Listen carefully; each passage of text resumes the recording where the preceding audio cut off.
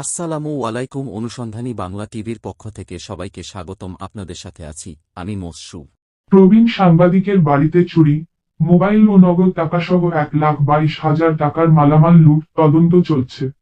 দিনাজপুরের বোচাগঞ্জ উপজেলায় প্রবীণ সাংবাদিক মোহাম্মদ মজিদ খানের বাড়িতে চুরির একটি চাঞ্চল্যকর ঘটনা ঘটেছে।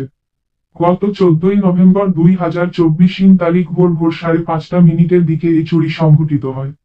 চোরেরা নগদ 56,500 টাকা এবং দুটি মূল্যবান mobile set, Oppo rhino RT5G এবং স্যামসুং গ্যালাক্সি A13, যার মোট মূল্য 66,000 টাকা। চুরি হওয়া সম্পদের মোট মূল্য 1,22,500 টাকা।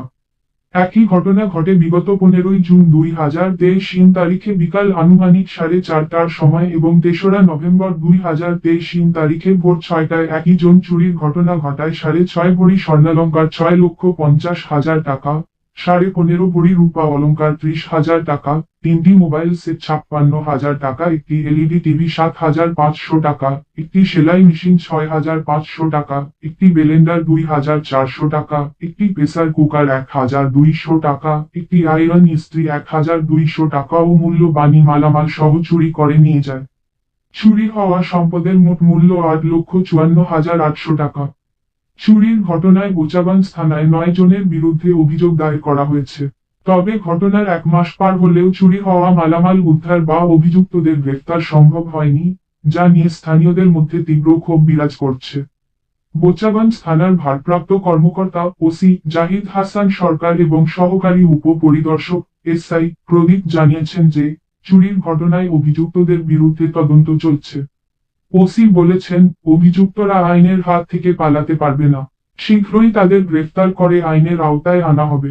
12 ডিসেম্বর 2024 তারিখ দুপুর 12:30 সাংবাদিক মোহাম্মদ মজিদ খান থানায় গিয়ে ওসি জাহিদ হাসান সরকারের সঙ্গে দেখা করেন।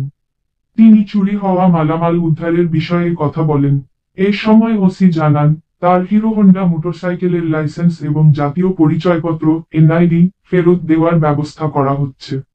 মজিদ খান বলেন, যদি আশা আক্তার ও তার পরিবার চুরি করা মালামাল ফেরত দেয় এবং আমার দুটি বাড়ি বিক্রি করা 25,45,000 টাকা ফেরত দিতে পারে, তবে আশা আক্তারকে পুনরায় গ্রহণ করা হবে।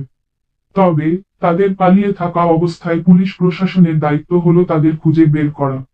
প্রধান অভিযুক্ত আশা আক্তার ও তার পরিবারের স্থায়ী ঠিকানা দিনাজপুরের বোচাগঞ্জ উপজেলার 1 নং নাফানগর ইউনিয়নের বড় সুলতানপুর গুচ্ছগ্রাম আবাসন প্রকল্প। চুরির ঘটনার পর থেকেই তারা আত্মগোপনে রয়েছে মেঘনা গ্রুপ কারখানায়। মোছা আশা আক্তার 26, মোহাম্মদ লাইসুর রহমান 55, মোহাম্মদ দেলোয়ার 35, মোছা রাশিদা আক্তার 28, মোহাম্মদ নয়ন মিয়া 22, মোছা লিপি আক্তার 49, ঠিকানা সখীপুর সড়ক, গড়াই, মির্জাপুর, টাঙ্গাইল। চুরির ঘটনার দীর্ঘ সময় পেরিয়ে গেলেও এখনো পর্যন্ত কোনো সুরাহা না হওয়ায় সচেতন মহল এবং এলাকাবাসীর মধ্যে অসন্তোষ বিরাজ করছে।